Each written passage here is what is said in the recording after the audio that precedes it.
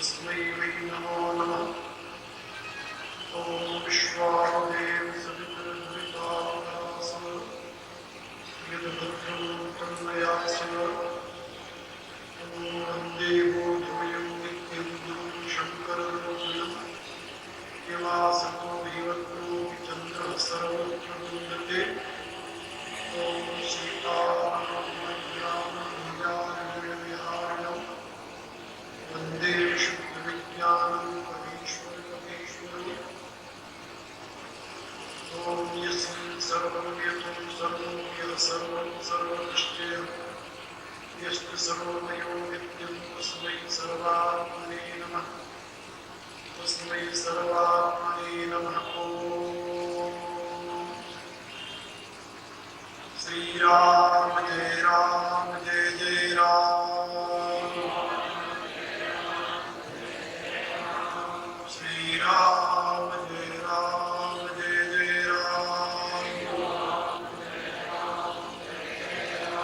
श्री राम जय जय राम।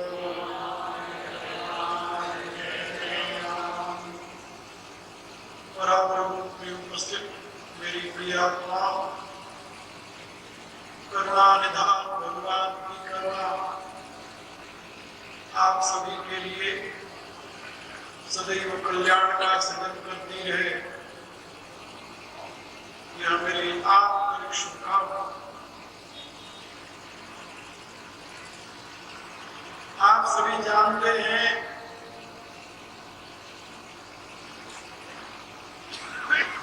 किसी भी व्यक्ति, समाज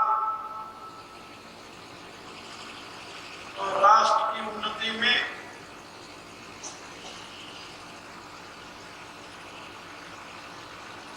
उत्तम चरित्र का ही श्रेष्ठतम स्थान है।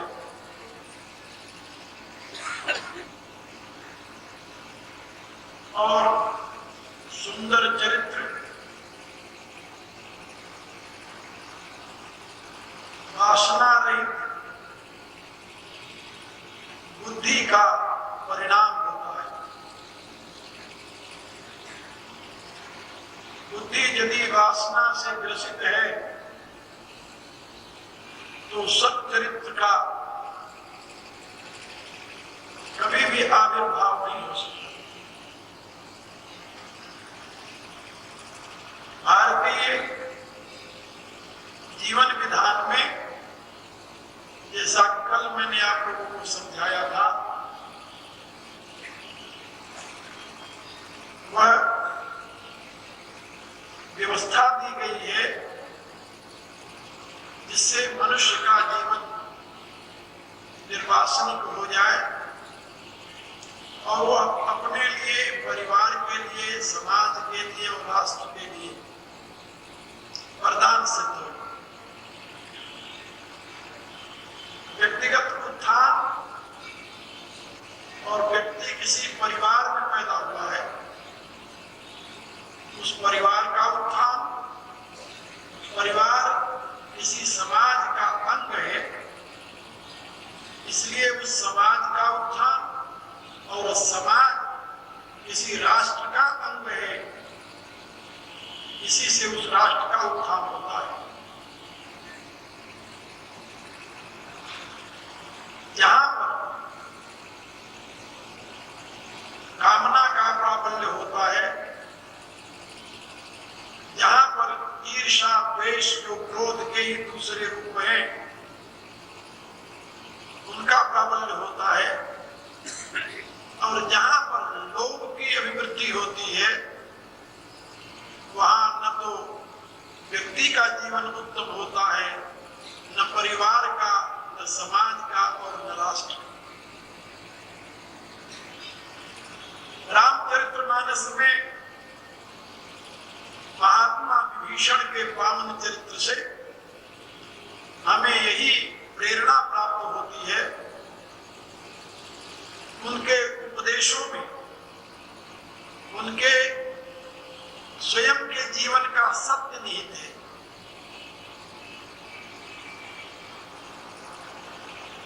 जिसकी सीख वो दे रहे हैं लंका वासियों को, जीवन को स्वयं जीते हैं, केवल कहने के लिए नहीं है। उनकी करनी भी उसी प्रकार की है। तभी तो भगवान राम उनको अपना सखा, अपना मित्र घोषित करते हैं और उन्हें संत का करके संबोधित करते हैं। कल मैं बता रहा था कि आसुरी समाज को वैदिक विज्ञान का अवबोधन कराना ये सुगम नहीं है, दुर्गम है। कभी कभी इसका परिणाम उल्टा भी होता है। और इसका एक प्रमाण मैं आपको बताऊं।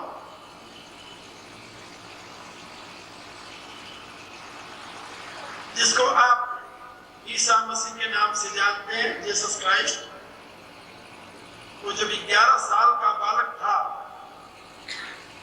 तो रवन्ना नाम का एक यहूदी उसे बेबीलोनिया से भारत में ले आया। उन दिनों भारत की सीमा अमृतसर तक नहीं थी, बहुत सुदूर तक थी। आप लोगों ने इतिहास में पढ़ा होगा कि चंद्रगुप्त मौर्य के समय में यूनान का आक्रांता जो अलेक्जेंडर था, उसके मृत्यु के पश्चात जब सेलुकस वहां का शासक बना तो सेलुकस से युद्ध में जब उसे पराजित किया गया तो सेलुकस ने अपनी पुत्री हेलन और 5 प्रांत दहेज में देकर के चंद्रगुप्त से संधि की। और उस समय यूनान की सीमा और भारत की सीमा दोनों एक थी। यूनान और भारत के बीच में कोई दूसरा देश नहीं था। आप कल्पना कीजिए कि उस समय भारत कहां तक रहा होगा। और मेगस्थनी जो सेलुकस का राजदूत था, वो भारत में आकर के यहाँ के स्मरण को उसने अपने स्मृति ग्रंथ में लिखा हुआ है।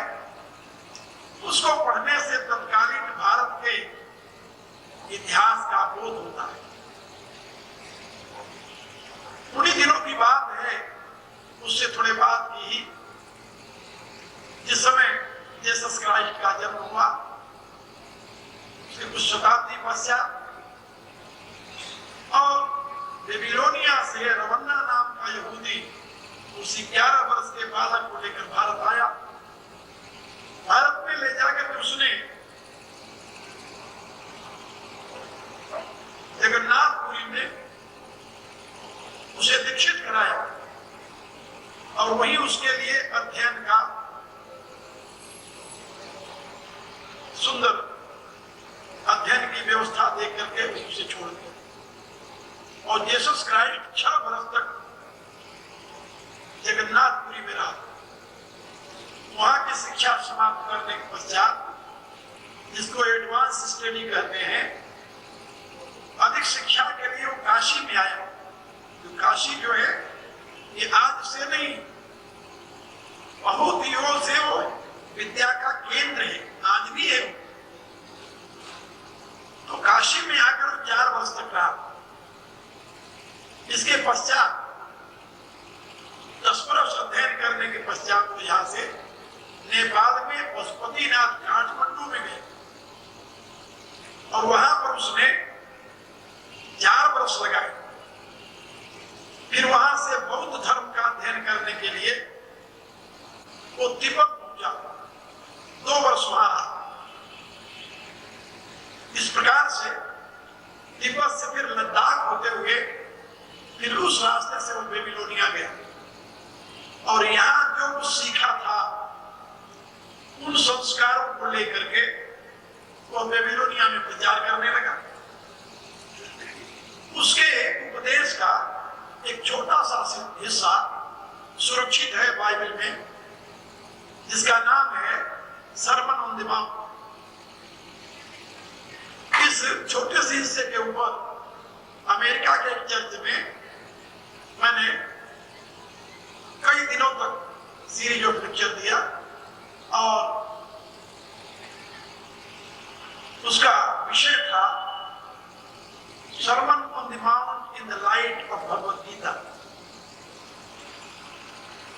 और वहां के क्रिश्चियन समाज बड़ी श्रद्धा से, बड़े प्रेम से उसको सुने।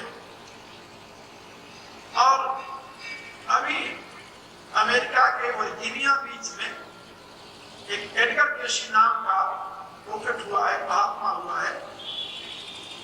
उसने प्रोफेसी की घोषणा की, अमेरिकन अनुयायियों को कहा, if you want to know real teaching of Jesus Christ, you must go to India and study Hinduism, because Jesus Christ was disciple of a Hindu saint,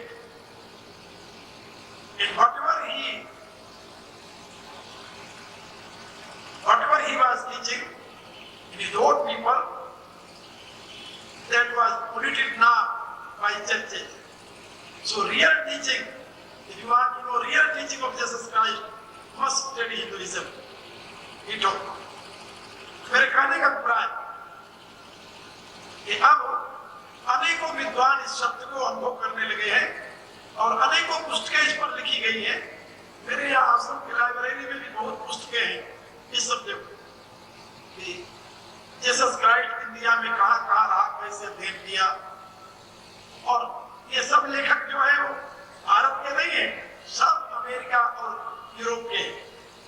तो मैं आपको ये बताना चाहता था कि हमारी शिक्षा को लेकर के बेबीलोनिया में प्रचार करने वाला जीसस क्राइस्ट केवल 3 बरस और 3 महीने 10 दिन जिया। केवल 18 वर्ष तक वो भारत में रहा था और 30 वर्ष की आयु में लौट करके वो अपने देश गए और 3 बरस 3 महीने 10 दिन जिया। उसके बाद उसे मार डाला गया, क्योंकि लोगों ने कहा कि ये जो उपदेश दे रहा है ये हमारे विचारों के विपरीत है। आसुरी विचार वाले कभी भी वैदिक विचारधारा का आदर नहीं करते, क्योंकि उनके कंसेप्ट से बिल्कुल भिन्न है। उनके जीवन में तो इंद्रियां और शरीर ही सब कुछ है। आत्मा परमात्मा की चर्चा कौन करे? वहां जो गॉडिज्म है, ईश्वरवाद है, वो तो इंद्रियां और शरीर की पुष्टि में मददगार है, आत्मा के उत्थान में मददगार नहीं है। क्योंकि वहां के ग्रंथों में ये बताया जाता है कि भाई तुम विश्वास करोगे तुम्हें स्वर्ग में अनेक प्रकार के उत्तम भोग मिलेंगे। तो स्वर्ग में उत्तम भोग के प्रलोभन में आकर के लोग अपनी बुद्धि को लॉक लगाकर और उनके अंध अनुयायी बन जाते हैं। और जैसे कई ऐसे विद्वान संत मंसूर ऐसे मृत्यु के घाट उतार दिए गए केवल वेदांत की घोषणा करने के नाते। दाराशिको ऐसे केवल उपनिषदों का अध्ययन करने के नाते उनकी गति बिगाड़ी गई। उसी तरह से विभीषण भी वैदिक विज्ञान का अनुयायी, वैदिक संस्कृति का पुजारी, अपने उस आसुरी समाज में खड़ा होकर रावण के दरबार में वैदिक विज्ञान का उद्घोष कर रहा है, जो कि वहां की संस्कृति के बिल्कुल विपरीत है। वहां तो आसुरी संस्कृति का ही साम्राज्य है। इसलिए संयम की बात करना असंगत है। वहां किसी भी प्रकार का संयम वहां के जीवन पद्धति में उपयोगी नहीं माना जाता। जब विभीषण ये घोषणा करता है रावण के दरबार में, जैसा कल मैंने बताया था कि जो आपन चाहे कल्याण, पहले तो कल्याण की कल्पना ही नहीं है, कल्याण क्या बोला है, और उसके साथ सुजस सुमति सुभगति सुखदाना सो पर नारी लीला रघुसाई तजई चौथ के चंद्र किनाई। जो अपना कल्याण चाहता हो, कीर्ति चाहता हो, शुभमति चाहता हो, सदगति चाहता हो, सुख चाहता हो, उसे परनार मीनार को त्याग देना चाहिए। पराई स्त्री को वासना की दृष्टि से नहीं देखना चाहिए, यानी काम को संयमित करना चाहिए। पहली सीख, इसकी व्याख्या में विस्तार कर चुका हूं। दूसरी सीख है उसकी, 14 भुवना एक पति होई, लेकिन भूत द्रोह तिष्ठई नहीं सोई। 14 भुवनों का एक मालिक हो, लेकिन यदि वो प्राणी मात्र से द्रोह करने लगता है तो वो बचता नहीं, तो सुरक्षित नहीं रह सकता, क्योंकि परद्रोही की कोई नहीं शंका। जो परद्रोही है वह कभी असंक हो सकता है? नहीं हो सकता। वो चैन की नींद ले सकता है? नहीं ले सकता। उसको तो भय बना रहता है, ऐसा न हो कि कोई मेरा शत्रु आ जाए और मेरा काम तमाम कर दे। इसलिए 14 भुवन कौन कौन से हैं ये भी समझ लो आप लोग। हमारे यहां सृष्टि के इवोल्यूशन की व्यवस्था दी गई, सृष्टि के विकास, और उस विकास क्रम में 14 विधा भूत सर्ग, 14 प्रकार के प्राणियों की सृष्टि का उल्लेख है, और उन्हीं को 14 भुवन कहा जाता है। 14 स्तर के प्राणी होते हैं। सृष्टि का क्रम कहां से प्रारंभ होता है? ब्रह्मा से। इसलिए ब्रह्मलोक, उसके बाद में प्रजापति, ब्रह्मा के मानसिक पुत्र जो होते हैं उनको प्रजापति कहते हैं। तो प्रजापति लोग, उसके पश्चात में जो देवताओं में मुखिया होता है उसको इंद्र कहते हैं, वो इंद्रलोक, और फिर देवताओं का समाज जिसको देवलोक कहते हैं। देवलोक के पश्चात फिर आता है पितृलोक, पितृलोक के पश्चात फिर आता है गंधर्वलोक, गंधर्वलोक के पश्चात फिर आता है यक्षलोक, और यक्षलोक के पश्चात आता है प्रसाद। इस प्रकार से मानव शरीर से ऊपर 8 लोक ये बताए गए। 8 भुवन। भुवन माने ये एक लोक है, जैसे मानव लोक हम लोग रहते हैं, ऐसे उनके रहने का, उनके समाज का स्वरूप। और 9वां मानव लोक है, और मानव लोक से नीचे है पशु लोक, पशु लोक से नीचे है पक्षी लोक, पक्षी लोक से नीचे है सरीसृप लोक, रेंगने वाले जो है, और उनसे नीचे है कृमि लोक, और उनसे नीचे है जिसको कहते हैं वनस्पति, vegetation life, insect life, reptile life, bird life, and animal life, and human life. And beyond human life, there are 8 categories, and those categories are called divine word. इससे आप लोग समझ गए होंगे ये 14 भुवन है। ऐसा कोई हो जिसका 14 भुवनों पर शासन हो, जो 14 भुवनों का अधिपति हो, लेकिन वो प्राणियों से द्रोह करने लगे। तो विभीषण जी बताते हैं कि 14 भुवना एक पति होई, लेकिन भूत द्रोह तिष्ठई नहीं सोई। यदि 14 भुवनों का एक स्वामी हो और वो प्राणियों से द्वेष करने लगे, वो जीवित नहीं रह सकता, सुरक्षित नहीं रह सकता, क्योंकि परद्रोह से बड़ा और कोई पाप नहीं है।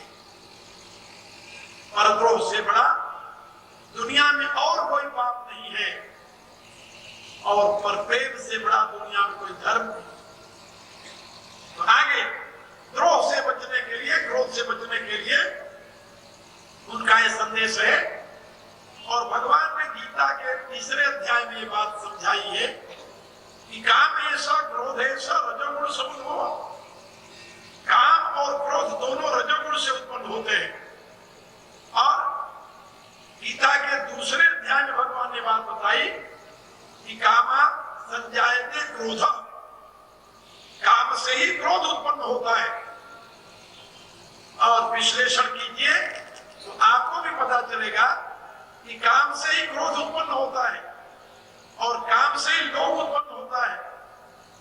जो इच्छाएं आपकी पूरी हो जाती हैं, उनके पश्चात आपको और उससे अधिक इच्छा बढ़ जाती है। और जो इच्छाएं पूरी नहीं होती, उसके पश्चात आप में क्रोध आ जाता है। तो काम की पूर्ति हुई तब तो लोभ बढ़ गया, और काम की पूर्ति नहीं हुई तो क्रोध आ गया। तो क्रोध और लोभ दोनों का मूल स्रोत क्या है? काम। इसलिए विभीषण ने सर्वप्रथम काम की चर्चा की और बाद में क्रोध की चर्चा की और आखिर में उन्होंने लोभ की चर्चा की। आखिर और लोभ के लिए यहां तक बताया कि गुणनाथ सागर नागर नर जेऊ, कोई गुणों का समुद्र हो और बहुत चतुर हो, बहुत कुशल हो, बहुत बुद्धिमान हो, लेकिन स्वल्प लोभ फल कहीं न को, लेकिन उसमें थोड़ा सा लोभ हो। आदमी तो बड़ा अच्छा है लेकिन लोभी है। लोभी के प्रति किसी का आदर नहीं होता। याद रखिए, कोई भी क्यों न हो, आपका बहुत प्रिय से प्रिय व्यक्ति है, यदि लोभी है तो आपके हृदय में उसके प्रति सम्मान नहीं होता। एक महात्मा ने लिखा है, आप गयो आदर गयो नैनन गयो स्नेह। क्या समझे?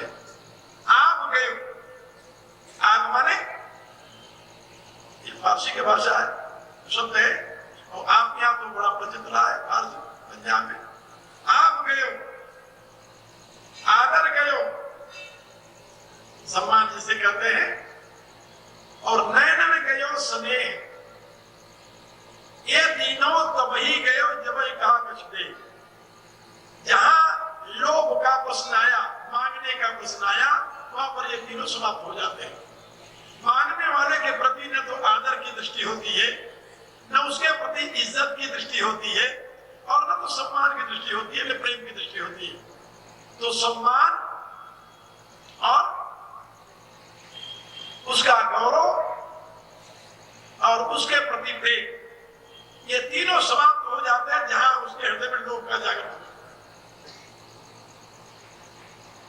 इसलिए तुलसीदास जी ने लिखा अपने रामायण में कि लोभी व्यक्ति की कीर्ति भी नहीं होती दुनिया में। लोभी जस चारगमानी न भतुई दूधा जहतगे प्राणी। लोभी व्यक्ति यदि सोचे कि दुनिया में मेरी कीर्ति हो, और नौकर ये सोचे कि मैं घमंड से रहूं, तुलसीदास जी कहते हैं ये दोनों आकाश को दूर करके दूध लेना चाहते हैं, यानी असंभव बात करते हैं। कहने का अभिप्राय कि लोग पाप का मूल है। आप लोगों ने सुना होगा पाप के बाप का क्या नाम है, तो आखिर में रिजल्ट आया लोभ। सभी प्रकार के पापों को जन्म देने वाला लोभ है। इससे बड़ा पाप दुनिया में और कोई, और पाप को जन्म देने वाला दूसरा कोई कारण नहीं है। इसलिए विभीषण समझाते हैं कि गुणों का समुद्र केवल हो और बहुत कुशल चतुर आदमी हो, लेकिन थोड़ा सा उसमें लोभ आ जाए तो स्वल्प लोभ फल कहीं न को, उसको कोई व्यक्ति ये नहीं कहता कि अच्छा आदमी है। लोभ उसके सारे गुणों को सदा के लिए समाप्त कर देता है। अब इन काम, क्रोध और लोभ, इन तीनों के दोषों को ये नहीं बताया कि तुम कामी हो, क्रोधी हो, लोभी हो, ना। क्योंकि संत किसी को इस प्रकार के दोषारोपण करके उपदेश नहीं देते। संत का ये काम नहीं है कि किसी कहे कि तुम कामी हो इसको छोड़ दो, तुम क्रोधी हो इसको हटा दो, तुम लोभी हो इसको दूर कर दो ना। वो तो एक जनरल बात कहते हैं। विभीषण रावण के सामने हाथ जोड़कर कहता है कि जो आप चाहे कल्याण, जो भी कल्याण चाहे, ये केवल यहाँ आर्य अनार्य की बात नहीं है, असुर और देव की बात नहीं है, ये दुनिया में किसी देशवासी और धर्म अनुयायी की बात नहीं है, तो मानव मात्र के लिए जो मनुष्य अपना कल्याण चाहता है और संसार में कीर्ति चाहता है, सुंदर पति चाहता है, शुभ गति चाहता है और सुख चाहता है, उसे सावधानी के साथ इन तीनों दुर्गुणों से दूर हो जाना चाहिए। आप क्या समझते हैं कि भारत में लोभी की निंदा होती है और अमेरिका में लोभी की प्रशंसा होती है क्या? ना। ग्रीडीनेस का आदत तो कहीं नहीं दुनिया में। लेकिन याद रखो, मानव के लिए जो हितकर है वो सारी दुनिया के मनुष्यों के लिए एक सा है, लेकिन कहीं पर उसके निराकरण के लिए उसके दोषों का कथन करके जनता को उससे मुक्त करने का प्रयत्न किया जाता है और कहीं पर उसकी उपेक्षा की जाती है। जहां पर विवेक का प्रकाश नहीं होता, जहां पर बुद्धि का वैभव नहीं है, वहां पर उसकी उपेक्षा की जाती है। जो शरीर आसक्त हैं, इंद्रिय आसक्त हैं, वो लोग जो स्वयं उसमें डूबे हुए हैं, वो दूसरे को क्या उपदेश देंगे? वही का त्याग कर दो। सोचो जरा, अब हमारे समाज में इस समय क्या होगा कि कोई आदमी सच्चरित्रवान न रहे, कोई राजनेता ईमानदार न रहे। जब सब बेईमान हो जाएंगे तो कौन किसको बेईमान कहेगा? सोचो जरा, जब सब बेईमान हो जाएंगे कौन किसको बेईमान कहेगा? पहले कोई शराब की बोतल चोरी से लेकर बगल में जाता तो लोग